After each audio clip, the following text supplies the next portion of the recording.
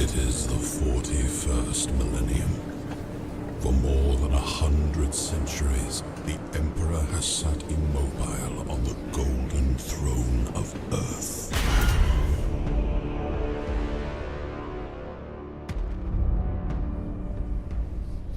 He is the master of mankind in the war between gods.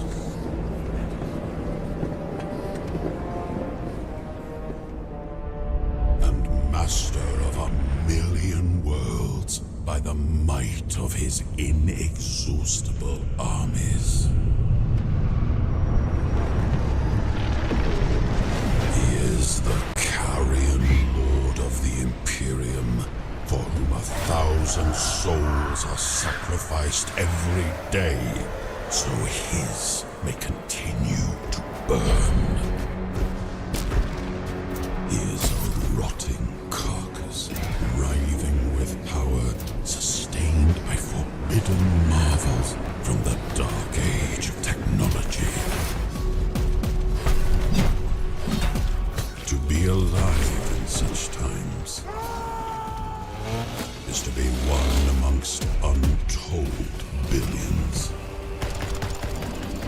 It is to live in the cruelest and most bloody regime imaginable. These are the tales of those times.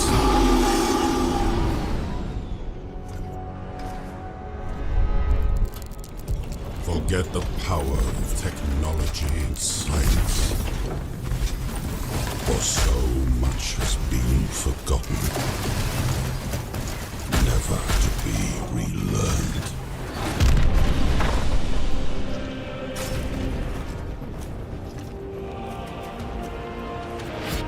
Forget the promise of progress and understanding.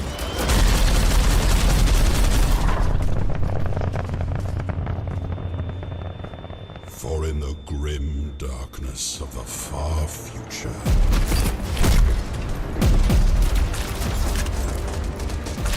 there is only war.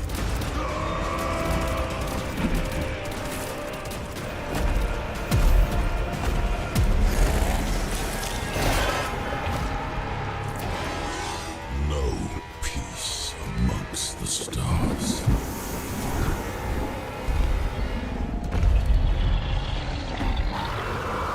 Only an eternity of carnage and slaughter.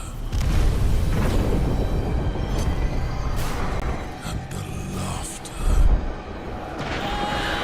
of thirsting gods. But the universe is a big place, and whatever happens, you will not be missed.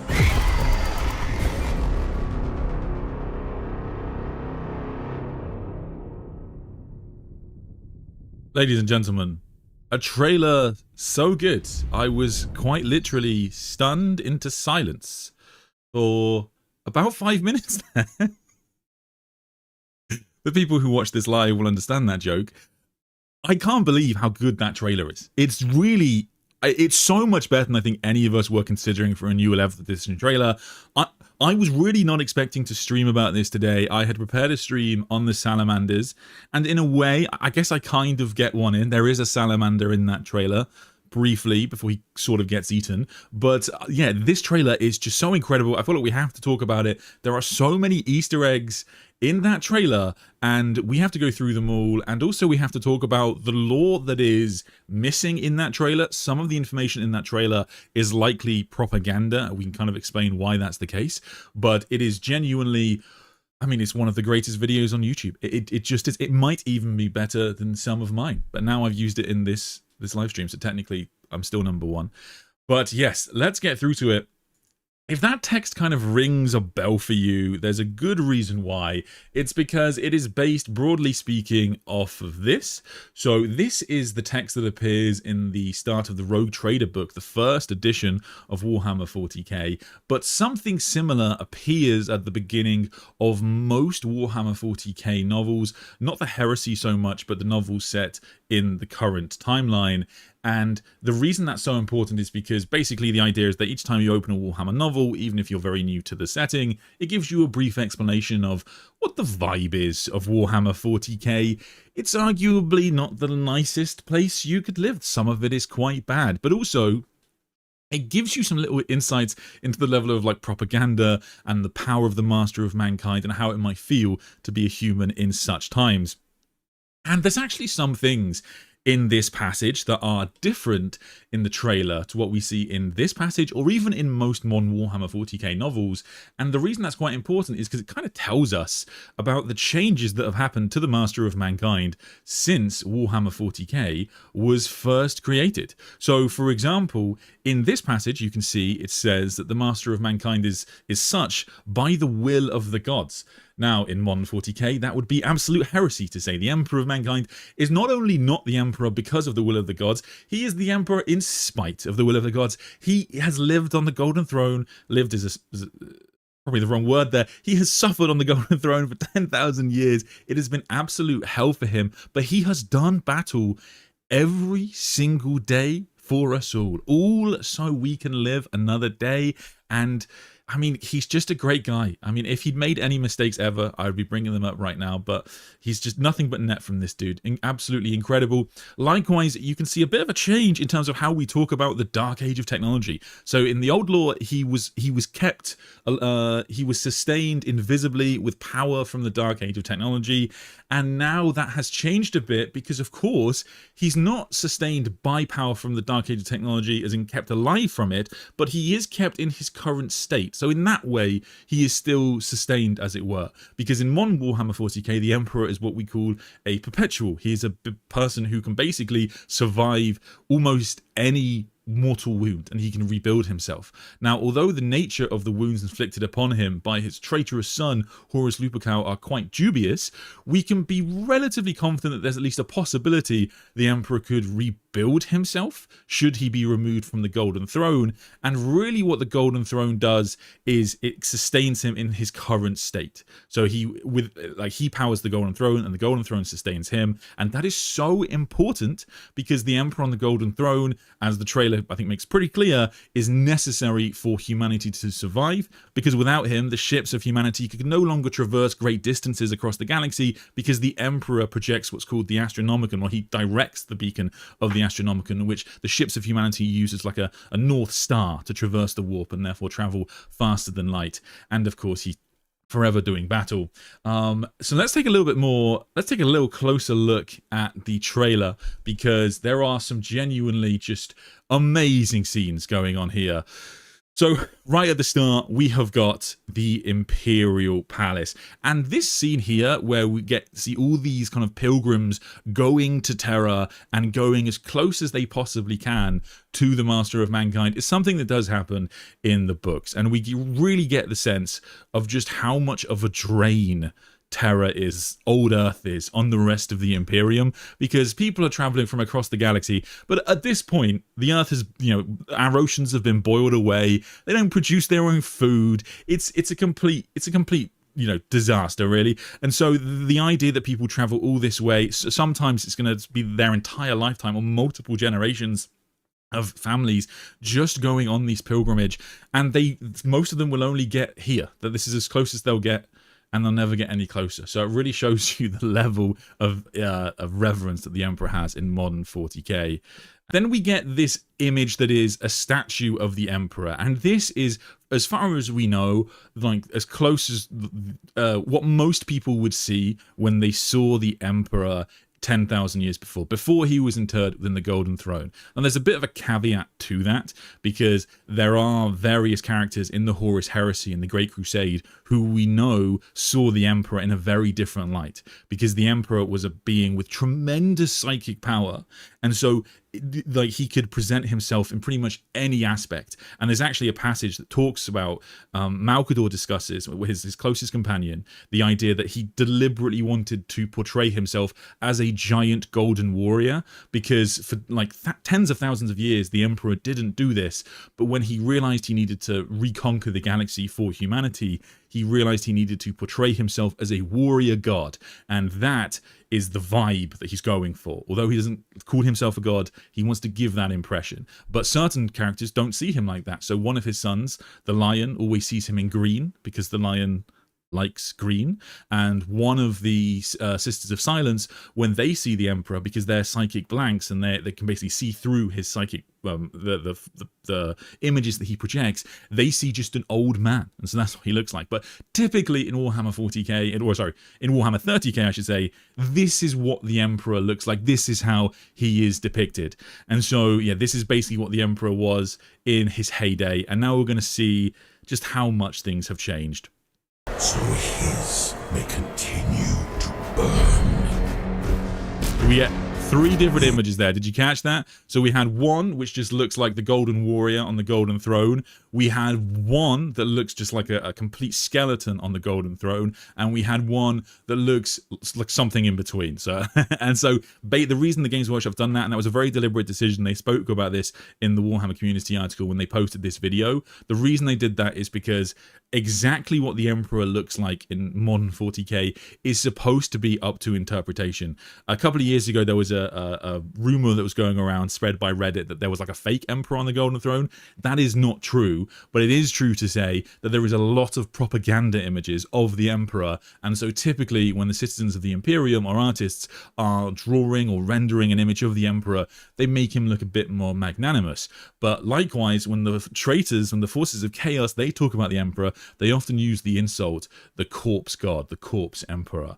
And so that's why he's depicted there looking like a complete skeleton at times. But realistically, it's probably something in the middle, and that's probably the worst option. The idea that he is alive to some degree, but he is basically almost rotted entirely, is a level of pain and turmoil that the human mind can scarcely comprehend, to be honest, because it's an unimaginable anger. And if you remember that within that throne room, there are likely there's likely forces of the warp that are raging, like a constant tempest of just warp nightmarish like craziness going on. He is literally doing battle in this reality and in the warp at the same time, in constant turmoil for 10,000 years. It honestly, it sucks as things go. So like, yeah, just it's a pretty cool thing. If you want to have a particular image of what the Emperor looks like, you can probably find lore to support it. If you do want to believe he is just a corpse, you can find that. If you do want to believe he's just a golden, he's in the golden armor, you could probably still believe that too. I think the lore that I choose to believe is the lore that comes from the final lore of the Horus Heresy book, called Carrion Lord of the Imperium, in the anthology Era of Ruin, which talks much more. In fact, I can probably find an image. Yes, and that, so in the final lore of the Horus Heresy, the final depiction of the Emperor on the Golden Throne that we get after he's interred, the Emperor looks something like this. This is probably as close as you get. And the reason that we use this image is because there are some details the book gives that only this image really talks about. So you have the custodians in black. The reason the custodians are in black is because they sort of see themselves as having failed in their duty, so they're in mourning. The Emperor of Mankind is on the Golden Throne, but it's more described as not really a throne in like a magnanimous sense. It's not really a glorious thing. He's more just like plugged into a machine, and it talks about the smoke coming off, all these cables going into the Emperor. You've got like blood bags giving him all as many materials as possible. This is about as close as I think as you get to what the Emperor truly looks like on the Golden Throne, and pretty much everything else that you see is just some sort of form of propaganda. And I think that the trailer is basically, again, like, you know, a lot of it is quite obviously propaganda because you have 3 pretty distinct different images of the Emperor, but this image, for example, is likely not true. So again, this is what the Golden Throne is supposed to look like, this mountainous material. It's actually said that the Golden Throne itself, the entire technology, is the size of a city, and so it's absolutely huge. But the idea that there are pilgrims in this room, most of them would die. most of these people would just die. And all these like over the top cables, I don't think that's right. And according to the law of the heresy, I don't think it's quite correct that the Emperor is a shining light on top of the throne. And when Guilliman, for example, goes to see the Emperor in the book Goblight, or at least we see his visit to the Emperor when his son returns, it doesn't look like it's this glorious. I think that this is actually, believe it or not, a sanitized version of the Emperor's true existence, because, you know, worth repeating, the man is in hell. He's truly not having a good time. It's also a really important distinction that we have in like Mon 40k, that when it comes to a lot of the idea of the Emperor kind of battling the gods and protecting us, which this trailer kind of alludes to, that's not so much, as far as we know, the Emperor on the Golden Throne. Most of what that would be is in Mon 40k what we call the Star Child version of the Emperor. It's like a big twist that you get at the end of the Horus Heresy is that the Emperor of Mankind splits his soul into two, and the second part of the Emperor's soul is what we call the Star Child soul for various reasons, and that goes into the warp. And the idea is that that is the part of the Emperor which is doing all of these incredible things, like creating Imperial Saints, summoning the Legion of the Damned, aiding Guilliman, aiding the Lion. It's kind of all going off like that. But the general idea that the Emperor is doing everything from the Golden Throne is actually like a really big point of contention in like modern 40k lore and debates, because it looks like most of what the Emperor on the throne is doing is actually more directing the Astronomicon, protecting Terra, keeping the Webway portal under the Imperial Palace closed so that demons don't overwhelm and take over the birthworld of humanity. So it's yeah, this is a really interesting little point of contention, but I suspect some of these images are a bit more propaganda, and the reason we can be pretty confident in that is because, as I say, you get three very distinct versions of the Emperor. Then we get a pretty cool little montage. Actually, no, I'll go through some chats before I move on, just because I'm sure people have a lot to say about the Emperor. Hope you're all doing well. What's the best way for me to do this? I'm conflicted. I like both the Horus 40k and Horus Heresy trailers. I mean, well, that's what is so, it's just so cool about Warhammer 40k. So the idea, the concept of Games Workshop releasing trailers for editions of Warhammer 40k has gone on for many years. When the 9th edition trailer dropped, Games Workshop upped it. So if you Google the 9th edition 40k trailer, that's where you have the Ultramarines and the Sisters of Battle against the Necrons. It's a very good time. Everyone's very happy, and it's just such a great trailer. They really upped their production quality. And then when we got to 10th edition, we got Rabute Guilliman, a son of the Emperor of Mankind, in a trailer. We had the Horus Heresy 2nd edition trailer with Horus in it. So we had Primarchs in trailers, which was just so cool. The idea that a Primarch was being rendered in a video, just, I mean, unbelievable. Like, it's so cool that this is the timeline that we live in right now. Everything going on in the world, but this is actually pretty great. And then we had the 3rd edition Horus Heresy trailer where we got Constantine Valdor. I've got to hit it. I've got to hit it, chat. I'm sorry. Constantine Valdor, and we had Malkador in the same trailer. Again, just unbelievable that like they were in an actual Warhammer Horus Heresy trailer. And now we've got the 11th edition trailer. We had the Armageddon trailer, which is kind of cool, but then we got the Emperor in a trailer, like actually rendered, and you know, there's multiple versions of him and it's propaganda, but some of that is probably true, and we get like actual depictions most likely of what the Emperor really looks like. And it's just, I mean, what a time to be alive, guys. I mean, if you're a 40k fan, I mean, this is a good day. Well, yes. So 9 of his sons say otherwise. So I saw a comment on one of the videos which said that apparently the Emperor in the trailer, if I can pull up the image, sacrificed every day, so his may continue to burn. I think maybe it's the last image. Anyway, I saw a comment under one of the videos that said that apparently one of the versions of the Emperor has some of his teeth missing, and it's specifically numbers 2 and number 11, which is the kind of thing that doesn't seem like a coincidence, because if you're not familiar, the 2nd and 11th Primarchs are the Forgotten and the Purged. They're these Primarchs that we don't really know much about them officially. They just sort of disappear halfway through the Great Crusade, and all knowledge of them is wiped. And it's very controversial, and you know, it's in the background of the reasoning of like the Horus Heresy. So it's kind of amazing that that kind of detail was put into this trailer, if that is true. If that's not true, then I was misled by a YouTube comment, and I rescind all of my comments. But I thought that was genuinely pretty awesome.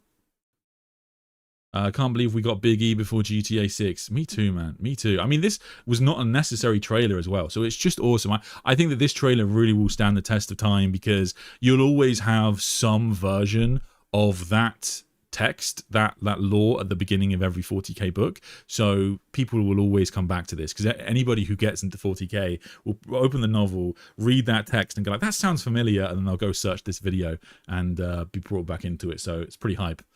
Dawn putting Big E on the Golden Throne doomed everybody, huh? It's a great question. So Rogel Dawn, I'll pull him up. So Rogel Dawn putting the Emperor onto the Golden Throne, it doesn't so much doom humanity, because it seems very clear from the end of the Horus Heresy that the Emperor did want this rather horrific fate. He did want to be put onto the Golden Throne. Where is it?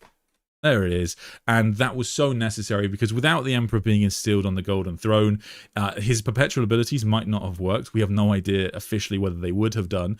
But also, it's the case that the Emperor had to be put on the Golden Throne for the Astronomicon to be continued to be projected, and also for the Webwake portal under the Imperial Palace to be kept shut so that demons didn't take the birth world of humanity. And so it was important that he be put onto the Golden Throne. And the way the Emperor communicates this to Rogel Dawn is, allegedly, at least from what Dawn thinks has happened, is that the Emperor, in his battle against Horus, they had a card game at one point. They had part of the Emperor's battle versus Sun, which is just total Yu-Gi-Oh duel, and the cards of this duel are strewn throughout the room where the Emperor is found, the Lupercal Court, where the Emperor is left in a near death-like state. And one of the cards by the Emperor is the throne, and Rogel Dawn takes that to mean that this is a message from the Emperor that that he wants to be interred within the Golden Throne so he could be sustained. And so he does that. So it's not so much that Dawn doomed humanity, but what is genuinely just one of the most brutal things is that when Dawn sees this, when Dawn realizes that the Emperor has to go onto the Golden Throne, he thinks that this will restore the Emperor. Like, he specifically believes that this will sustain the Emperor, restore him, fortify him, and he can return once more. And even in the early days of the Scouring, a lot of the Imperials, the Loyalist sons, they're waiting for this. They're waiting for the Emperor to come back. They're like, you know, I mean, we need him back. He's going to return. You know, Dad'll come back for us. Everything will be fine. And then he doesn't. He stays gone. And that is honestly just heartbreaking if you think about it, because he would have put his father onto the Golden Throne. Potentially the Emperor whispered something to him. That's yet to be confirmed. But he put his father onto the Golden Throne, would have stepped back, waited for the Emperor to be healed, and then he just doesn't. He just stays near dead. And as powerful as the Primarchs are, the Emperor is something else entirely. And so he would have really, you know, had complete faith that the Emperor can do pretty much anything. And so it's not so much that Dawn doomed the Imperium, but it's still one of the most heartbreaking moments for me. The different versions of Big E we see, I interpret as the progress of his state. The golden image flickers because he can project it again. That's totally fair. I think in the Warhammer community article, they say something about how it's so that whatever your view of the Emperor is, you can sort of lean into it. I typically am going to, as I say, go with the era of Ruin Emperor. But yeah, whatever your view is, there are lots of things like this in 40k where, like, people kind of, the concept of the unreliable narrator can be overused by 40k fans. I think some things just are relatively clear, but there are sometimes the Games Workshop is pretty deliberate that they want it to be the case that you can interpret it in multiple ways. And what the Emperor actually looks like, if the Emperor, what exactly the Emperor is doing, which version of the Emperor it is, you're supposed to be able to interpret that to some degree. So are we thinking that the 11th and the 2nd were turned into teeth? That's a good question. That's a good question. I believe in Japan, they are working on a technology to allow you to regrow teeth, which, I mean, that would be fundamental. Sorry, that just came to my mind. I always thought that the stress of the Astronomicon and closing of the warp portal on Earth is keeping him from regenerating. If he were to step off the throne, he would be destroyed. You know what? I can maybe find it, but the general idea is that the Emperor sustains the throne as the throne sustains him, and so it kind of keeps him in this current state. And the idea of if you took him off it, could he heal? That is an open question. I typically like to lean more into the idea of the perpetual abilities wouldn't kick in, because I think that's sort of more fun. But also, when the Emperor was left in a near death-like state, or death-like state really, by his son Horus Lupercal, he was fighting Horus, who was, and I cannot stress this enough, by far the most powerful character we have ever seen in the setting. We call him God Horus on this channel just because it's easier to do so. And Horus is so powerful at that point, he can wipe perpetuals from the Earth and then have no chance of being reborn. And we know that very powerful psychers can actually prevent perpetual abilities from kicking in. And so the idea that Horus dealt these wounds to the Emperor, and they're not just like physical wounds, they've really done a number on him, I think works. And I also think that the writing sort of plays that a little bit. So when Dan Abnett writes about the Emperor and Horus's fight, he writes about how like Horus is stripping years off of the Emperor and that kind of thing, which is a weird terminology to use when you're talking about someone who's immortal, because infinity minus 5 is infinity, right? So we don't really know why Dan Abnett used this wording, but I like to think it's a nod to the idea that perhaps what's happened is Horus's wounds to the Master of Mankind are so severe that it's not just they're not just physical wounds, these are metaphysical wounds, and they have deeply impacted him. And so I'm not entirely sure the Emperor actually could restore himself, and so in that respect the Golden Throne is necessary. Big Monkey King, thank you so much. In the Watchers of the Throne series, even the Custodians don't know what the Emperor looks like. Gilliman does say like an empty-eyed skull socket, and he does kind of talk about him as like an eldritch horror. But yes, I typically read Godblight, which is a different series, but again, someone who sees the Emperor, and we know that that there is something to that body. The Emperor is still there, but it is a being in unimaginable pain. So he deserves that as well. So I'll pull him up. Big G, Bobby G himself. When Gilliman does meet the Master of Mankind, the reason that it's, again, another bloody heartbreaking passage, is that Gilliman comes to the conclusion that the Emperor doesn't love him, never really loved anybody. He just serves humanity. That's what the Emperor does. And it's a really brutal reunion, because the Emperor can't talk because he has like an empty-eyed skull, according to Gilliman, and an empty-eyed skull. And so when the Emperor has to talk to Gilliman, he just sends lots of like psychic messages to him at once, and it's overwhelming. And so he hits him with like a conscious stream of thought. And so he calls him like betrayer, and he calls him like his last hope and his loyal son, and at the same time thief, and he calls him like all of these different things because Gilliman has got a complex history. And so it's a really brutal reunion. But tragically, like, as I say, like, there are two versions of the Emperor in 40k. And so when Gilliman leaves that room and he comes to the conclusion that the Emperor doesn't love him, doesn't love anybody, he just serves humanity, that's so heartbreaking, because I think it's likely that the Emperor did love his sons. And the reason I say that is because when the Emperor cut off part of his soul, it wasn't just any part, it was his love, loyalty, and compassion.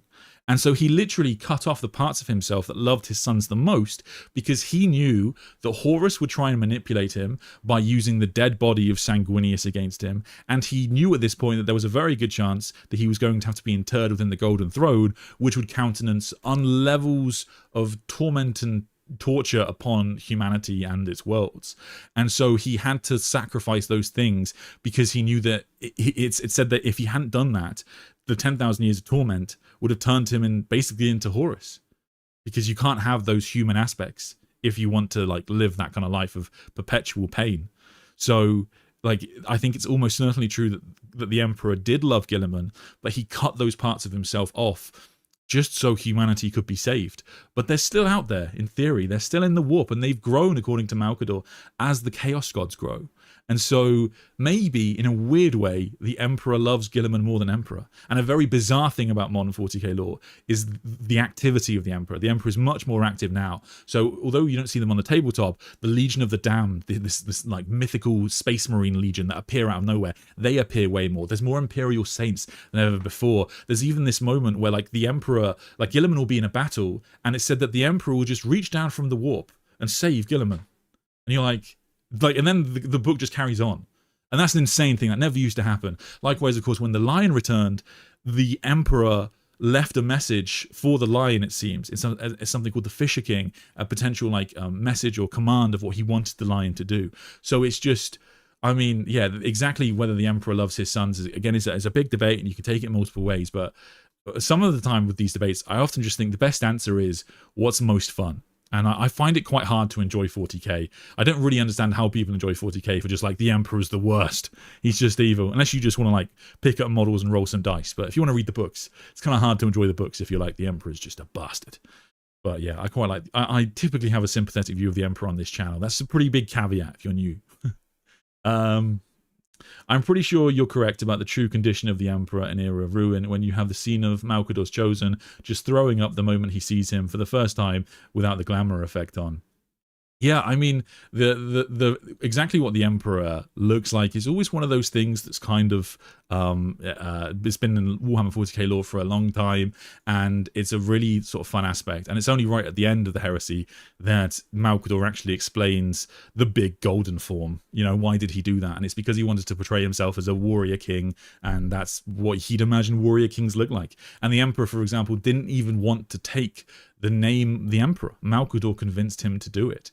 It's important to remember that the Emperor refused to like control all of humanity for tens of thousands of years, and it's only after the Dark Age of technology and the birth of Slaanesh, or well, going into the birth of Slaanesh, that the Emperor realized that, you know what, humanity needed him. This whole religion thing, we're done with that now, and a firm hand, a golden path potentially is needed to guide humanity forward. Who do you think is talking to the lion, the Emperor on the throne, or the one in the warp? Certainly, I think the one in the warp. I think that seems pretty likely, because the Emperor on the golden throne. It's also important to remember that Malcador says it is the Emperor in the warp, the Starchild version of the Emperor, that will grow as the Chaos Gods grow, not the Emperor on the golden throne. And that makes sense because of how the warp works. So the idea that the Emperor is able to reach across the Great Rift from the golden throne with his original power level doesn't really make sense. The Emperor, even at his peak, he's not as powerful as you might expect, especially not he's phenomenally powerful compared to you or I, okay? But he's not that powerful compared to God Horus or compared to the Star Child in 40k. He doesn't do anything of that level. He does do tremendous things. Like, he is able to destroy an entire company of Space Marines on his own. He can just do that. That's the thing that he does. And he does do some incredible things in his battle against Horus, but he is like in the warp at that point. So he's basically a warp being. But the Emperor on the Golden Throne isn't in the warp, so I don't really think he'd be able to do anything of that level. So I think it makes most sense to me that the Emperor on the Golden Throne is mostly just a body in perpetual pain, hates everybody, it directs the Astronomicon, it keeps the warp rift closed. It's essential. But the real power, the real juice, the real excitement of 40k, that is the Star Child. And the Star Child has had multiple references in modern 40k lore. It is peak in terms of the best 40k lore right now. And yeah, that's the direction we're going in. He will return. He will return. I'm telling you. James, hey bud. Ed, you say Horus is the most powerful figure we have seen in 40k. I would say in like mortal form. That's what I'll say. Like a physical form. I guess that's the phrase I'm looking for. But what about the Emperor using G-Mon as his avatar to burn the Garden of Nurgle? A good question. That's a good comparison. I would still typically lean for Horus, because Horus is able to just do things by himself without needing to be in the warp. Like, for example, he pulls the warp into the solar system. He drowns the entire solar system basically in the warp and does all of these incredible things. But I guess we are comparing incredibly powerful magical figures, so you can lean both ways. And certainly the Emperor burning the Garden of Nurgle is an unbelievable scene, and just, I mean, the idea that he threatened Nurgle, so cool. I did a reading of that if you're interested. Is Biggie on the throne going back and forth between the corpse and God Warrior because of all the warp time shenanigans, fighting chaos at all times? That's a good way of looking into it. You could definitely read it that way if you like to, that he's just flipping forms. That's fine, I think. I don't have an issue with that. I think it's more of just a propaganda piece, but yeah, that also works. And to be fair, yeah, maybe his form does just flicker and it does change and that kind of thing. I think there has to be something there that is physical, because the book is pretty clear that there's like pipes and stuff going into him, but the idea that the form flickers from time to time, I think that works well. And what's also interesting is that because one of those images, of course, has him in the golden armor. Okay, well, that'll have to do. All right. So one of these images has the Emperor in his golden armor. And the reason that's quite odd is because the Emperor's armor in modern 40k is actually an important plot device, believe it or not. So Rabute Gilliman, the Emperor's first son to return, he wields the Emperor's sword. As you can see, he's got this big flaming sword. And in old Warhammer 40k lore, there were references to the golden sword being in the throne room, and then that got changed, and now the Rabute Gilliman wields it. But there is some old artwork, for example, with the Emperor's sword in the throne room, and likewise, the Emperor's other son and his best son to return is Lionel Johnson, Lord of the First. And the reason that that's so significant is because you can see he's got this big shield, and that big shield is the Emperor's tilt shield, a piece of the Emperor's armor. And when Lionel Johnson returned, the creators at Games Workshop said, because all of the Primarchs that aren't dead are going to come back at some point, they're all going to get some piece of the Emperor's armor. And in addition to that, we don't know if this is going to stay true, in older Warhammer 40k lore, there were references to the Emperor's armor being broken up and given to various Space Marine chapters, and they would use it for Terminator armor, they could use it as relics, various different ways, and it basically granted abilities and power. And so the idea that the Emperor still has his armor on doesn't quite make sense in either modern or old Warhammer lore, but maybe it makes a bit more sense in modern lore, because perhaps the Emperor's tilt shield is just like psychically he sent that out to the Lion. Although interestingly, now that I have a look, I don't think he's actually got, let's go back again, I don't think he's actually got the tilt shield on. Like, am I mad? I don't think he's actually wearing it. Which could be a reference to the fact that the Emperor has literally given his tilt shield to Lionel Johnson. Maybe that's what they're trying to portray here. That actually would make quite a lot of sense. And perhaps like they'll do an updated trailer in the future once Dawn has returned, or the Khan, and they'll end up like just removing pieces of armor from the Emperor in this image until he's just basically naked. But hey, yeah, it looks like the tilt shield has actually gone from there, which would be pretty cool. Why does the Emperor need 1,000 psyches a day to live? That is a really good question. So, really cool thing about the Emperor needing the psyches to live is that it doesn't actually appear that it's the Emperor that needs them so much as the Golden Throne. So a major plot point in modern Warhammer 40k lore is that the Golden Throne is failing. So the Emperor cobbled together the Golden Throne from Xenos technology. The core components of it are Xenos. There's some Dark Age of technology tech in there, but most of the core bits are Xenos. And again, that is important for the trailer, because the trailer says it's Dark Age of technology tech, but it's actually not. Importantly, it's Xenos. And the reason it's so important that it's Xenos is because humanity doesn't mess with Xenos technology, or I guess more accurately, we have no idea how it works. So we literally can't fix the broken pieces of Xenos technology.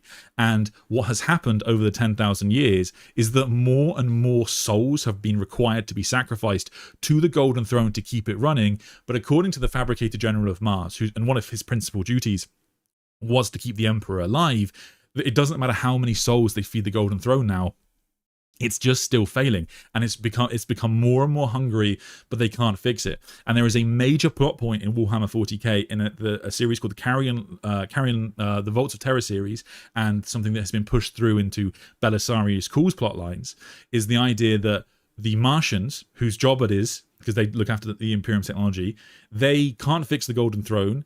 They tried a big scheme to work with the Drukhari to fix it. That went to hell. Then the Fabricator General died. There's a new Fabricator General. She has just decided to give up. She's just decided to give up on the Emperor. She's just going to let him die. And then she's going to just try and claim as much of the galaxy for her own.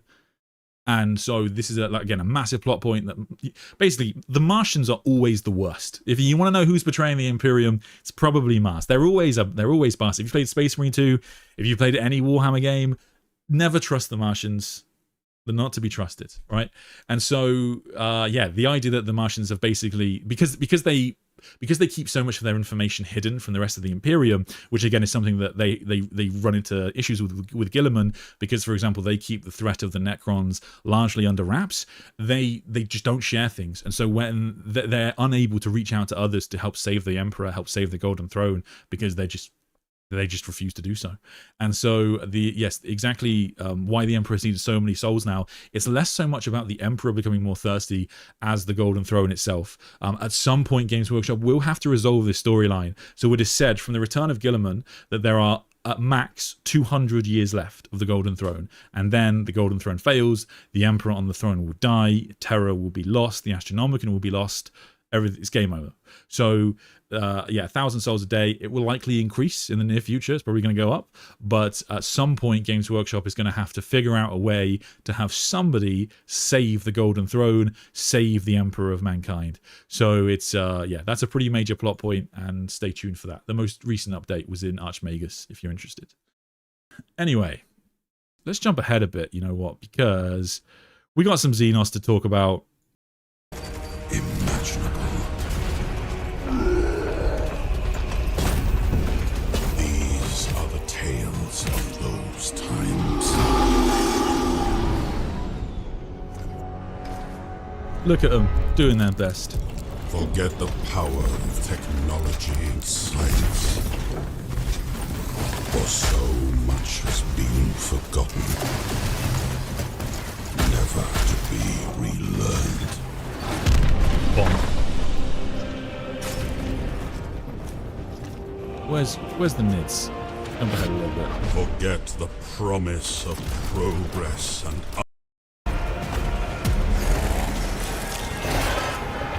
See, what was a salamander stream? no peace amongst the stars. Epic.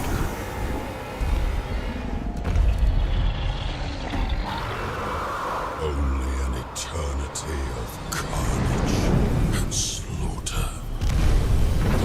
All right, let's talk about the Nids and the Xenos races for a bit.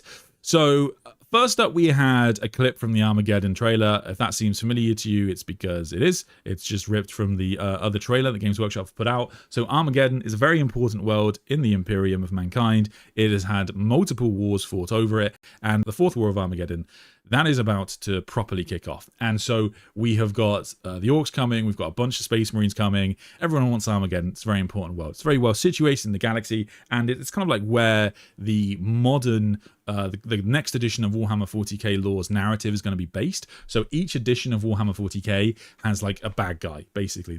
Everyone's the bad guy always, but there's like a specific bad guy that gets focused on. This edition was the Tyranids, the previous edition was the Necrons, the next one is going to be the Orcs.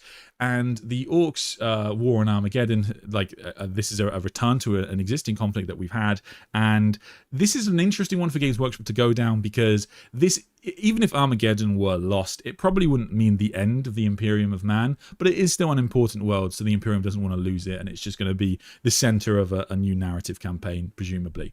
But we also get a very cheeky little Eldar appear. That was nice. This is a Guardian. Eldar fans, I hope you've enjoyed this, because this is pretty much all of the attention you're going to get. Tau fans, sorry about that. You don't get anything.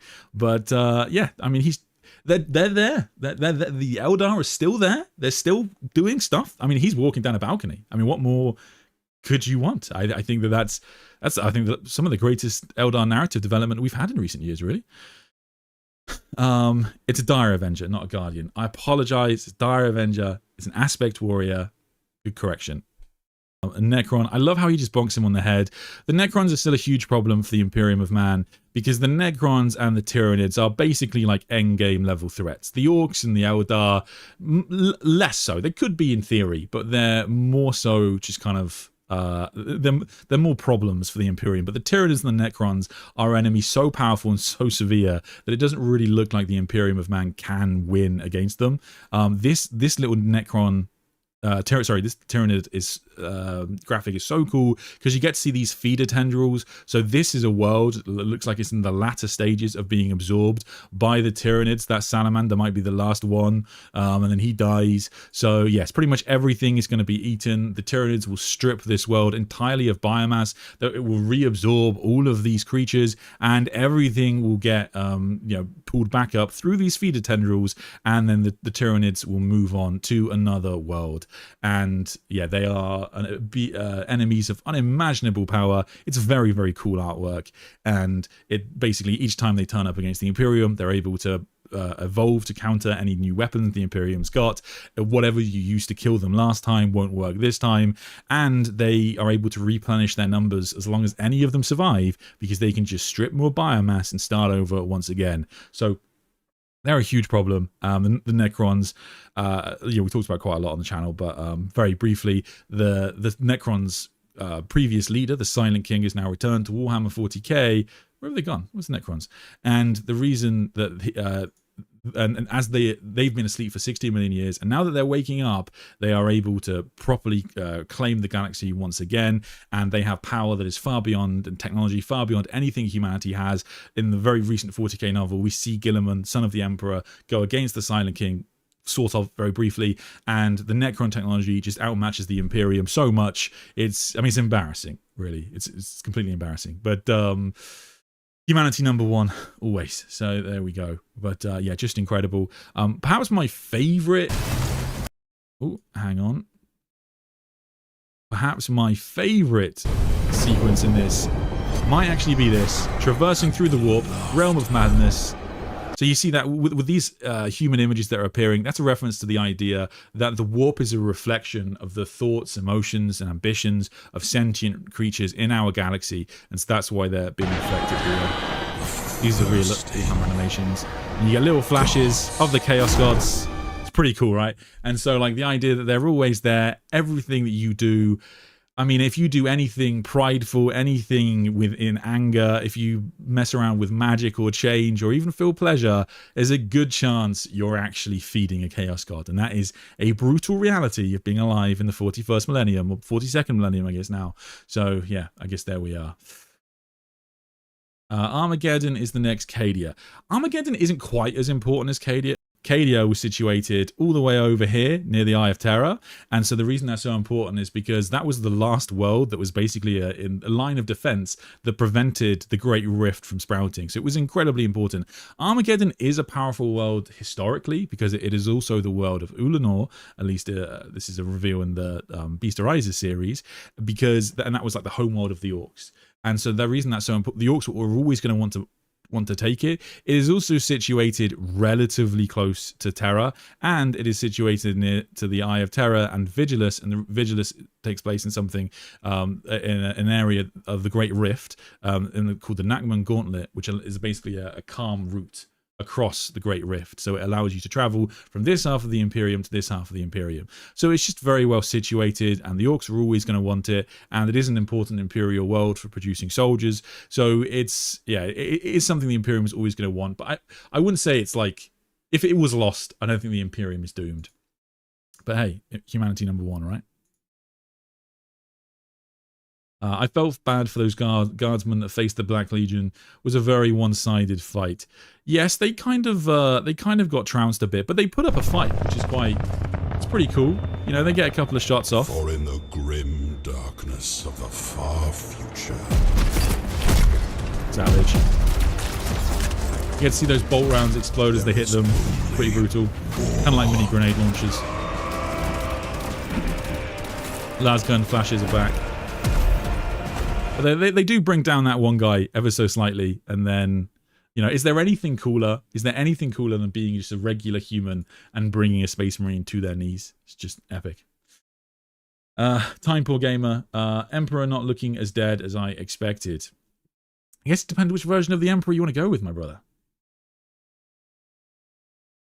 Hey Sandman, if the warp is a mirror to reality, are we seeing the warp's point of view of the Golden Throne in the trailer? I think it's more likely that's what it is. Yes, the idea that there's like a big golden light, I don't think you would see that if you go into the throne room. I actually don't think anybody would be allowed into the throne room. And Dan Abnett, for example, one of the head writers of Black Library, he said if anybody did go into this throne room, like outside of like Gilliman or Custodian or something, then they would likely be just destroyed by the warp tempest that goes on in there. So I don't think this is actually real. I think this is just going on within the warp, which doesn't make sense in the sequence as well, because you can see like this is clearly a warp idea of all these souls being sacrificed to the Emperor, fed to him, fed to the Golden Throne, so he can continue to burn and, you know, serve humanity.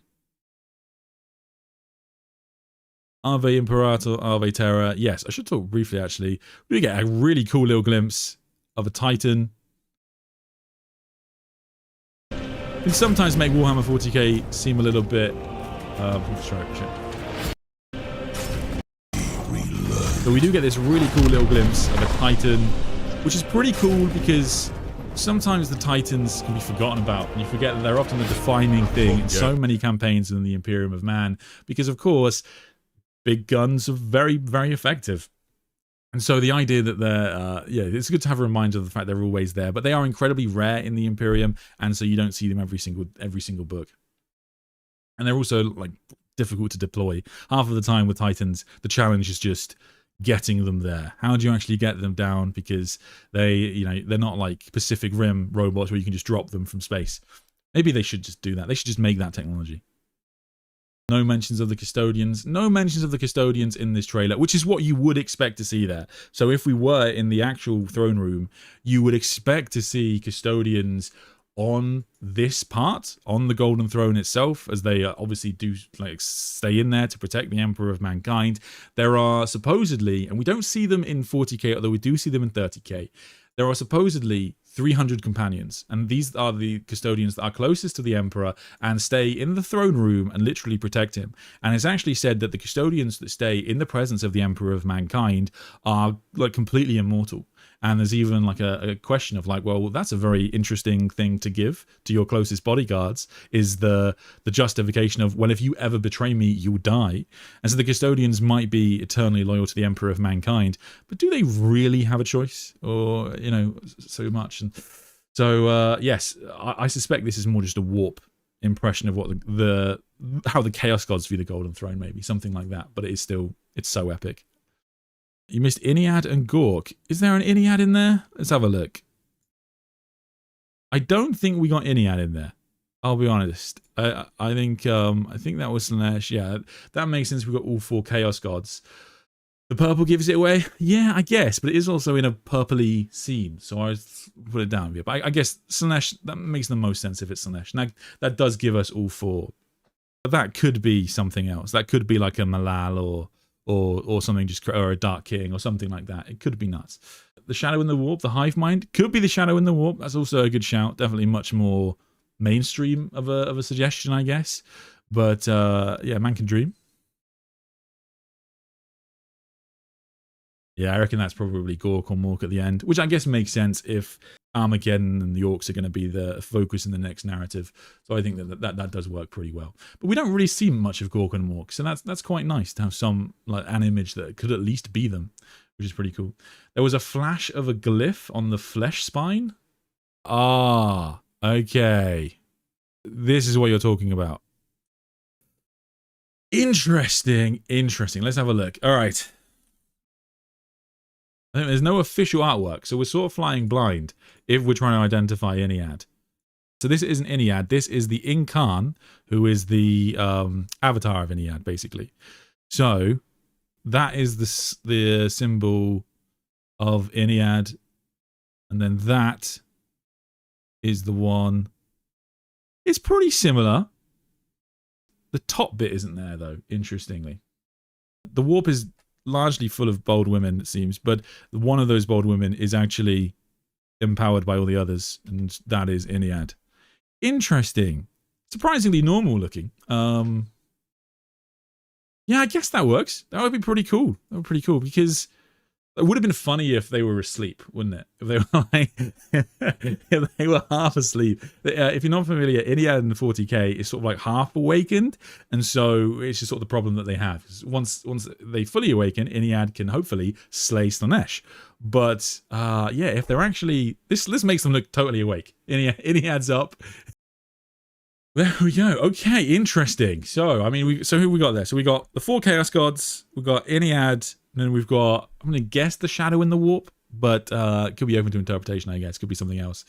So, pretty exciting. And yeah, I mean, Iliad's being awake. I don't know. Should that be the case? But pretty cool. The Games Workshop haven't forgotten about Iliad. It is a major plotline. In theory, Slanesh could be killed. The Eldari could be restored. My Khorne is actually like a big sword. Could just be a sword, but Khorne's sword is actually quite an important thing because it can like destroy whole worlds. So maybe that's something yet to come. Bye Armageddon. I don't know. Sorry, but the Tyranids already won in 2 other galaxies, so I think they'll still reach late game by numbers alone. Oh, I mean, they're definitely a late game threat.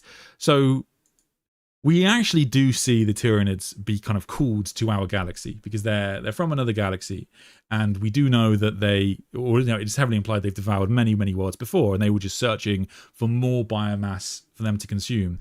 And then one day a signal reaches them, which is basically humanity, Guilliman, an Iron Warrior. They inadvertently send it out during the Horus Heresy, a very powerful signal, and that the Tyranids pick up on that, and so they turn course and head towards the solar system, or sorry, the Milky Way galaxy, and that is what draws them here. And then they are now, the idea is that the Tyranids that have made it to 40k so far, all of this is just like the scout forces. This is nothing for them, and so when the rest of them get here, it's going to be hugely problematic because their numbers and biotechnology is just stuff that we can't comprehend. And there's even a suggestion that there's like one hive fleet for every system in the galaxy, which is just nightmarish, and they can constantly restock and blah blah blah. There are certain theories that like maybe the Tyranids aren't as powerful as we perceive them to be. Maybe the Tyranids are like running from something, or they lost wars and so they're running away. And quite frankly, if that's not the case, humanity's doomed. So sometimes I consider those theories quite highly, but as far as we know, they're not true. First time listener, do you narrate / have other channels? Voice is definitely familiar. I narrate stuff on this channel. I do like collabs for people sometimes. So other channels, like I do it as well. Like if they message me to voice something, it's really good. If you would like to voice things for this channel, become a channel member. Jump into the Discord where I do post if anybody wants to voice a certain character, and yeah, just a fun thing. Likewise, oh yeah, that does remind me, I am now streaming on Twitch. I'm mostly just streaming gameplay and other kind of like fun stuff, but if you would like to catch more live stream and just kind of talk and chat and talk about Warhammer 40k lore like this, then that is the place to do it. So my Twitch link should be in the description. Jump in, give me a follow. It does really help out. And likewise, yes, if you want to support the channel, become a member is the easiest way.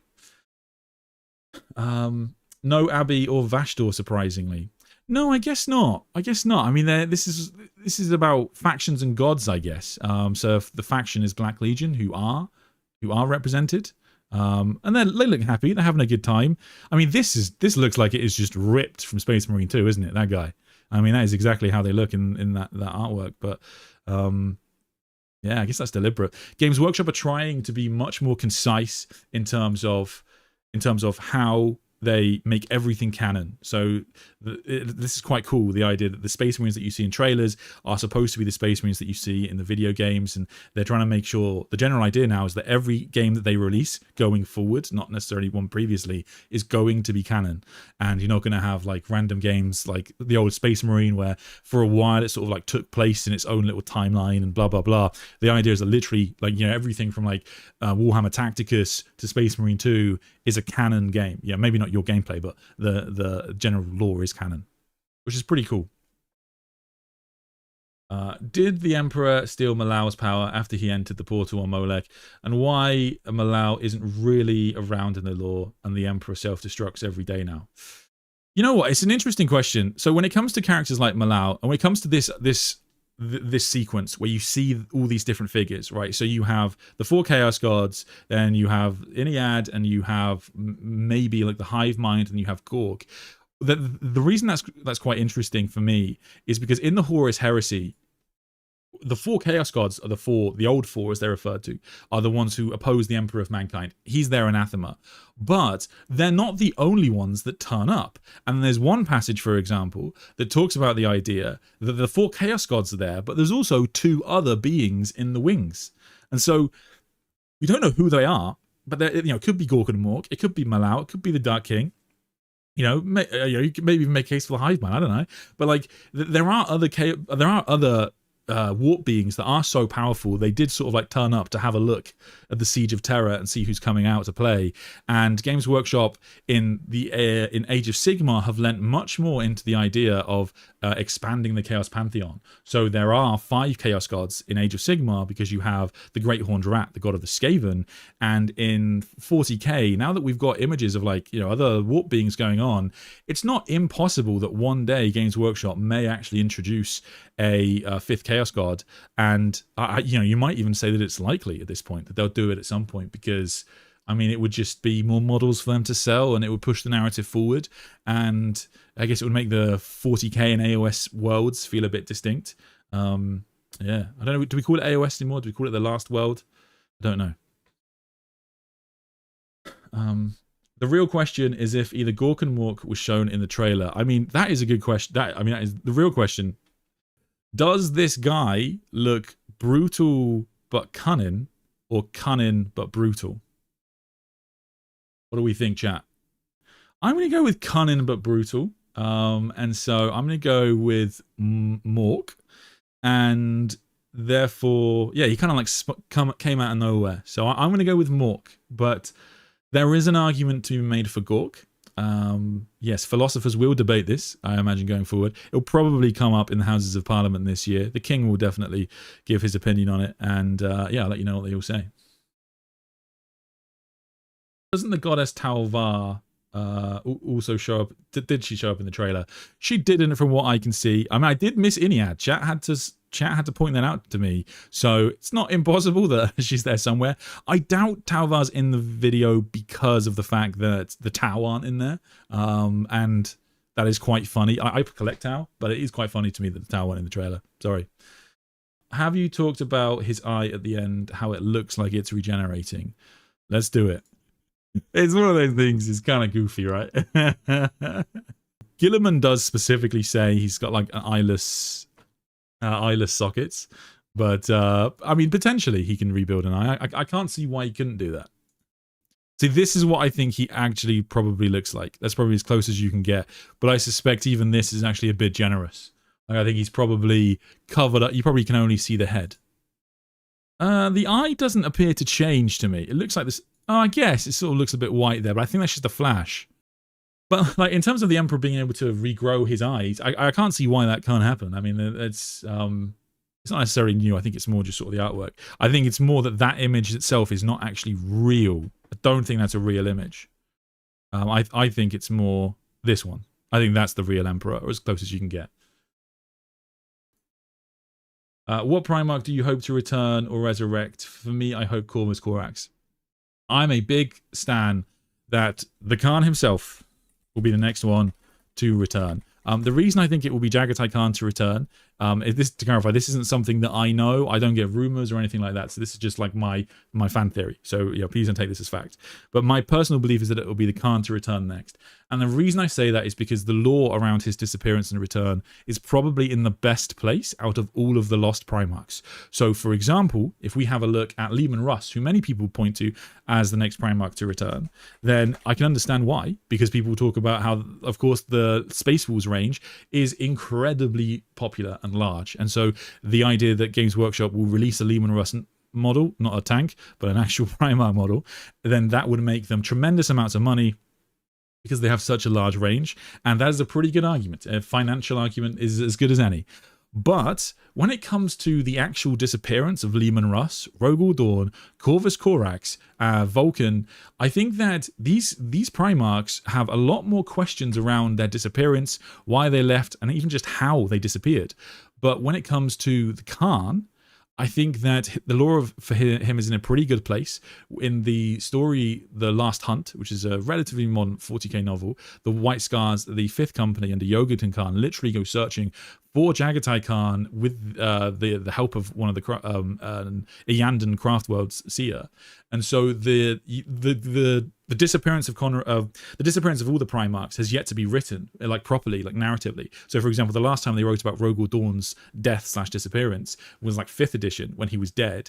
Leman Russ, exactly why Leman Russ left, we don't really know. You have the book Two Metaphysical Blades, but that seems to be pretty it's not uncanon, but it's not in line with the way modern Russ and Valdor behave, so that's not really holding up. Then you have Corvus Corax. Of course, we know he went hunting Lorgar, but then that was for a small amount of time, and then since then Corvus Corax just disappeared. And in the book Apocalypse, there's a word bearer who says to one of the Raven Guard, he says that the rumors are that your Gene Father still hunts through the warp. So that tells me that Corvus Corax isn't even hunting the word bearers anymore. So where the hell did Corvus Corax go? And then Vulcan, exactly, Vulcan's disappearance is the weirdest. I mean, why he decided to make a bizarre treasure hunt and then head off. But the disappearance of Jagatai Khan it's been written multiple times in modern 40k. So both in the last White Scar supplement and in the first founding book, we get a description of Jagatai Khan disappearing, and it's pretty consistent. We know exactly like the sequence of him hunting down the Drukhari, him returning to Chagoris, and ultimately him disappearing with the first with his best warriors. And there's even a suggestion as to why he did that in these books, which is to say that he kind of grew bored of the Imperium. He kind of grew tired of war, and so he ended up leaving the Imperium, going for somewhere else. And so I think that ultimately, in terms of the lore for all of the lost Primarchs and the missing Primarchs, Jagatai Khan's is by far in the best place. And I think that he would be a great Primarch to bring in next. He was supposedly incredibly close with the Lion, as close as you can be. But also he's very different to both Guilliman and the Lion, so I think it would play pretty well. He's also not going to be a potential rival for Lord Commander or anything like that, which would be a problem. But yes, what's the lore around the Emperor's bionic eye? The bionic eye is just a bionic eye from when he was interred in the Golden Throne. So when the Emperor fights against Horus, there is a specific reference to the idea that Horus does melt the Emperor's face, or half the Emperor's face. So I think that's the reason Dan Abnett put that in the book, is because that necessitated the bionic eye. But presumably at this point, it's not really serving much of a purpose, and I imagine if the Emperor ever properly returned, you would just have both his eyes again. I mean, most of how he's perceived is through his own psychic might, so I don't really think he would need a bionic eye, unless he just liked the vibe of it. That's entirely possible. As we all know, Marnius Calgar has a bionic eye, and Marnius Calgar is the most powerful person in 40k. At the start, the throne is empty. Right at the start. As in, you're saying this scene right here, the throne's empty. It's tough to really tell, but that might be what it's doing. I think that would be fine. I think having an empty throne is also another possibility of what's actually going on, is that there is no emperor, or blah, blah, blah, or the emperor died long ago. That would be propaganda that they would spread about the emperor of mankind. But it's tough to say because it's so dark in that scene. I just realized you can see his pupil staring at you. Yes, yes. I mean, he does watch over all of us, you know? Given how dire the situation in the galaxy has become, is there any possibility of an alliance between the Imperium of Man and other races? So there sort of is an alliance between the Imperium of Man and the other races. To be fair, this dire Avenger, he could be allied with humanity if he's with Craftworld Ulthway. So in theory, the Craftworld Ulthway is allied with the Imperium of Man, or at the very least with Guilliman. So the Eldar played, and the Inari in particular, and Eldrad Ulthuran, played a pivotal role in the revival of Rabute Guilliman and his return to the galaxy. And so they have effectively formed an allyship. And there is an Eldar Farseer called Ilian Natase, who is a very powerful Eldar Psyker, and he lives on the flagships of the Ultramarines, first the Dawn of Fire and then later the McCragg's Honor. And the reason he does that is to kind of like give Gilliman advice, and he actually saves Gilliman multiple times, and he's a pretty key ally for the Lord of Ultramar. And so there is an allyship there very clearly. More widely, there just can't be an allyship between humanity and the Eldar, because in the grim darkness of the far future, there is only war, and Games Workshop will always have to have campaigns of humanity versus Eldar, and so there's never going to be a complete friendship going on there. I think that, like, narratively, you need to be able to explain every faction fighting every faction, right? And so there's always going to be that sort of hold over the setting. The Votan, I think, are also an interesting one. They could kind of be allied with the Imperium, because the general idea now is that the Votan were originally from the core of the galaxy, and because of the Great Rift, they're sort of having to push out and find more places to live and create new holds. And so the idea that they kind of some of them come to an agreement with Gilliman or the Imperium and say, oh, we'll help you in these ways if you give us these worlds, or whatever it's going to be. I think that kind of thing is likely to happen, and I do think at some point you'll see more lore on the Leagues of Votan being allied with the very least the Ultramarines, potentially even more in the future. In the new Mechanicus book, you have Votan as well. No, sorry, Mechanicus game. I think the Empire and the Eldar are currently actively avoiding each other. They both know there is no need to weaken another. Yeah, true. I mean, and in a way, it's sort of always the case that the Eldar are always going to be relatively avoidant of conflict, because the main aim is survival. And Eldrad Ulthuan is sort of an exception, because he has the belief that humanity's fate and the Eldar's fate is tied. And so that's why he sort of pushes on in this regard. But generally, it's always going to vary. Wonder if the Votan could help with the Golden Throne issue. Would be safer trusting them than, say, the Dark Eldar. I think that could be cool. There is a plot line in the one of the Leagues of Votan books that's come out, well, the only proper one that's come out, where they're a main faction. There's a suggestion that, or the implication at the end of the book, is that one of the oldest Votan is out there somewhere, and they can go and find it. And if they find that Votan, they'll have access to lots of ancient knowledge, and that might allow them to fix the Golden Throne. So we'll see. I thought that Malal was retconned to not exist anymore. Kind of. It's a difficult one. So the only proper book that Malal appears in is a book called Labyrinth. And in that book, Malal manifests. Basically the same thing. IP issues. But the reason that's important is because the fact that Manus can manifest is indicative of the fact that Manus probably isn't as powerful as people say, because he can manifest in our reality. You can't pull Nurgle into our reality. It doesn't work. He's too powerful. But the other thing is that since that book has come out, although the Sons of Malice have appeared in multiple books and even games, whenever the Sons of Malice appear, Malice himself is never mentioned. Ever. And that is weird. So Games Workshop kind of, they haven't retconned it officially, but they kind of behave in a way, it's like they act as if Malice has been retconned. And that's, basically how I see it. I don't think the Skaven would fit to 40k, as the Tyranids already technically fill the Swarm role, I guess, or the Genestealer Cultists, I think, probably are more likely to be Skaven, like existing underneath everything. I think that works pretty well. But as a general rule, I don't see why you couldn't have the Skaven and like a space version of it. Interestingly, I did a stream with Pancreas No Work where we talked about this. So there are very fleeting references to the idea of Skaven in 40k in terms of like rat people and certain the things crossing over from fantasy to 40k. And there's even, for example, this is what spurred on the stream, where in the End and the Death Volume 1, there's a moment when Horus summons all of, like, he summons like every demon basically, and one of the demons he summons is a Skaven demon prince. So there you go. Technically you do have Skaven in 40k.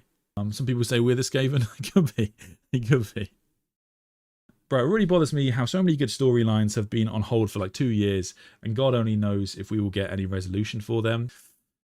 Yeah, I see where you're coming from. It's a tough one. It's a tough one because when it comes to 40k, it was always the case that the lore was incredibly slow or standstill even for a lot of the lore. So in a way, it's better now than it's ever been. But at the same time, I mean, I'm totally with you. It seems completely foolish to me, silly, that Games Workshop are so slow with updating lore, and they are so slow with just kind of updating things and bringing in, revisiting characters, and when plot, like even when a book does badly, they forget every plot line from the book. Do you know what? And that seems silly to me. So one of the videos I'd like to make one day, that would take a very long time, would be going over like every 40k MacGuffin, right? Because most 40k books have like a MacGuffin, a device, a character who's like a potential game changer. That happens pretty often. And I'd like to go through them all. But some of those characters and MacGuffins are really cool, but the writer did a bad job with the novel. So the book does terribly, but the MacGuffin was cool. And so Games Workshop just kind of put it in a box and it's never revisited. And I think that that's such a shame. So like one of the biggest examples right now, I'd say, is the Fourth Tyrannic War, where when the Fourth Tyrannic War came out, there was a book called Leviathan, and it was by Darius Hinks, who is not my favorite author, and I don't think the book did very well.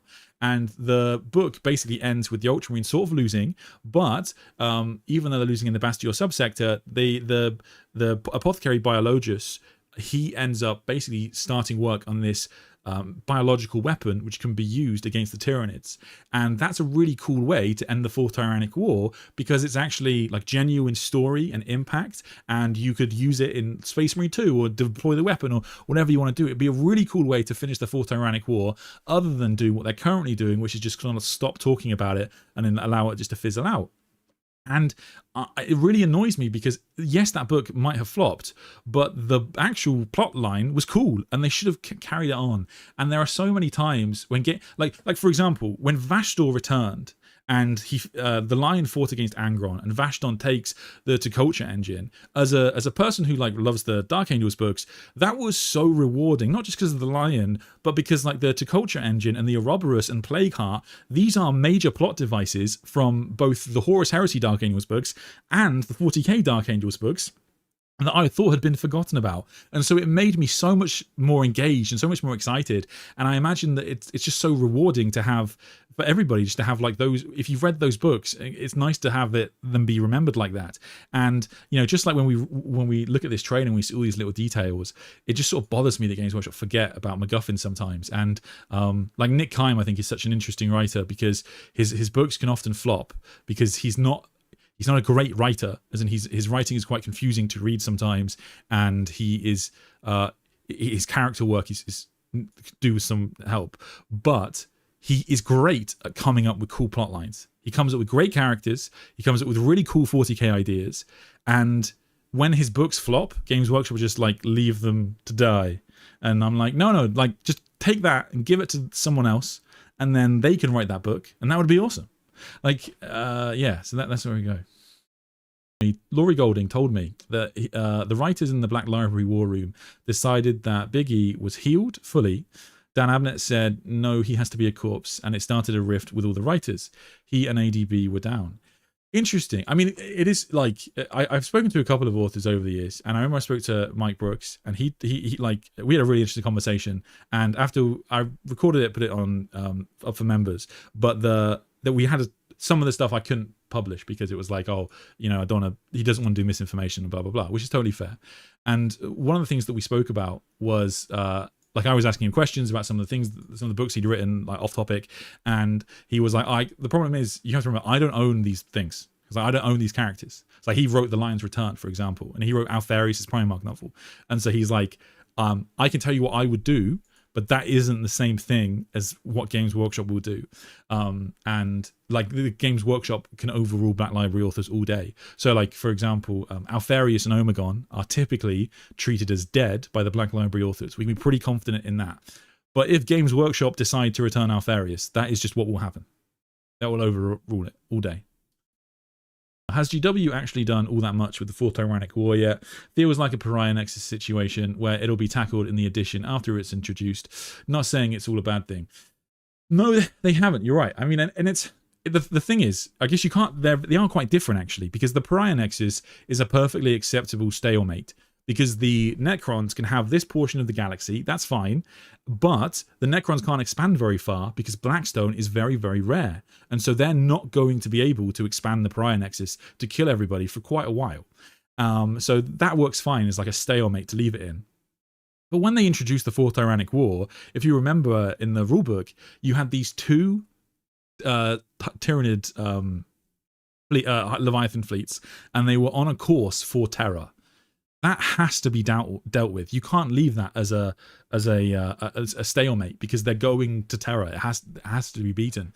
But I think because perhaps Leviathan flopped, they just abandoned the law they were going to do, which is a shame. GW doesn't do certainty with stuff to do with Chaos / the Warp or anything Biggie related. That is what most of the writers say when asked about specifics. Yes, that's true. That's true. Like I remember John French spoke about the lore of Kairos Fate Weaver, right? And he was talking about the idea.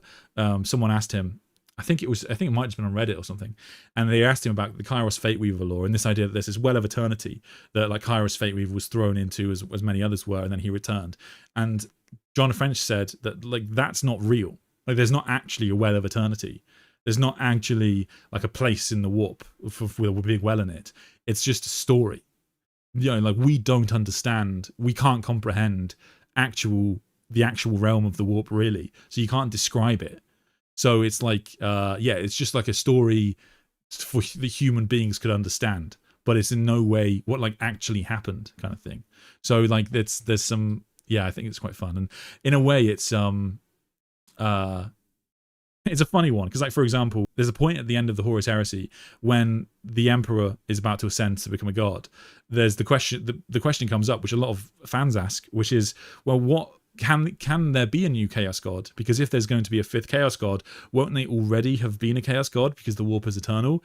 And then the character, she basically just goes, that is true, but also screw you, man. Like that's not the way the warp works. The warp is not something we can understand. And so it's a shame because it is sort of a cop-out answer to say that the warp works in mysterious ways, but it is pretty consistent. I'm not sure if it's a Sigmar reference or Gorgon Morg. One of the Orc gods was at the end of that sequence, but not the other. Would be neat if that was a Sigmar Easter egg. Interesting. Do they ever mention the Chaos Gods manifesting as their opposite selves, the good version, the part of them associated with positivity? Do they switch back and forth?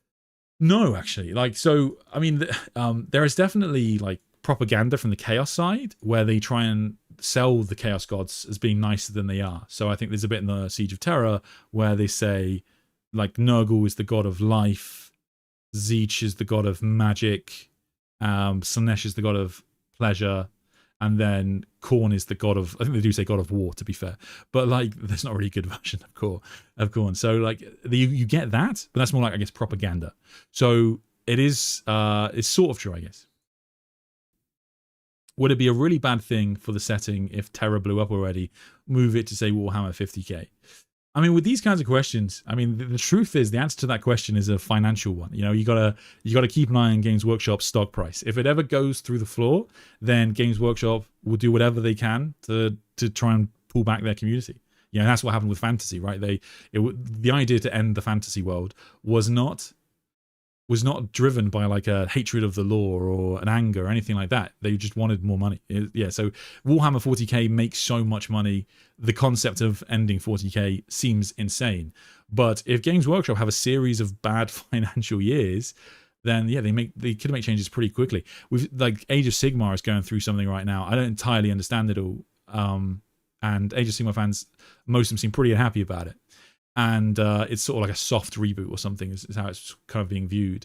And that's like that was driven by sales, most likely. It was just like they had planned to do much more with Age of Sigmar than they did, and now I guess because the sales weren't as high as they expected or whatever, they've rushed ahead with a new grand narrative change. And Warhammer 40k is the same. You know, if people stop buying Space Marines, Games Workshop will, you know, they'll probably try anything, right? Like someone will take over the company and they'll go, right, we're scrapping all of that, we're redoing it, we're gonna make Tau the center of it, or whatever they come up with. But as we are now, given that Games Workshop apparently find it within their best interest to keep cracking out trailers, even trailers filtering the goddamn Deldari, then we can be pretty confident we're far away from ever needing to kind of retcon 40k or end it. All the good aspects of chaos are technically true. Nurgle is life, but then viewed in their totality, no sane person would find them to be anything but inimitable of sentient life. Yes, I agree. I think that that's basically true. My personal headcanon is that I think that they absorb or consume any of good warp beings out there. I think that's probably what happens. And so I think, yeah, like I think that there are positive warp beings that have existed, but then the chaos gods just consume them. Anyway, I think this was a lot of fun, but we're 2.5 hours in, so I think we're going to call it there. This trailer was awesome. I'll play it one more time on the way out, but yeah, big props to Games Workshop and the team behind it. Just such incredible work. Let me know in the comments as well if you've got any more theories. If you think there's anything I missed, let me know. I will definitely use the footage from this trailer a lot. I'm sure a lot of people will do. It is so good. It's amazing to have these depictions of the Emperor. It just feels like what a time to be playing Warhammer 40k, you know? And I can't wait to see what happens next edition now. So take care, everybody, and I will see you all next time. And I'll give you one last viewing. It is the 41st millennium. For more than 100 centuries, the Emperor has sat immobile on the golden throne of Earth.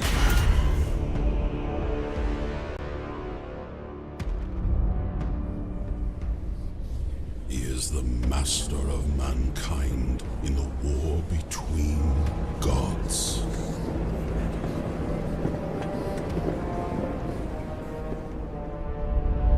Master of 1,000,000 worlds by the might of his inexhaustible armies.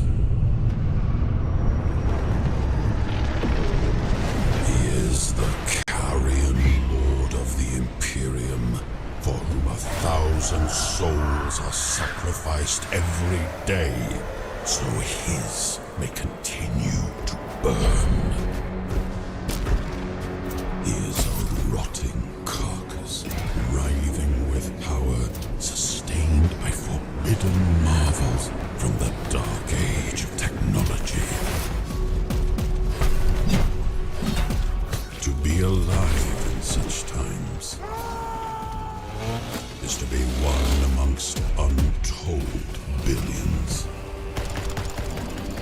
It is to live in the cruelest and most bloody regime imaginable.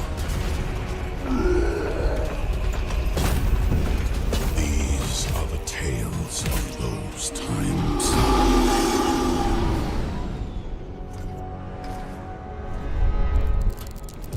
Forget the power of technology and science, for so much has been forgotten, never to be relearned.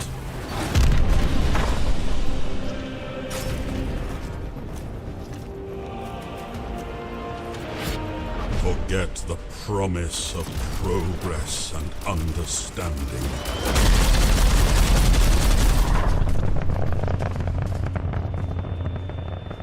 For in the grim darkness of the far future,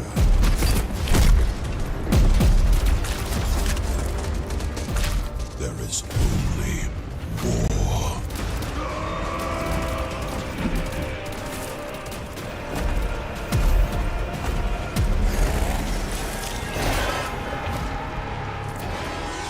No peace amongst the stars.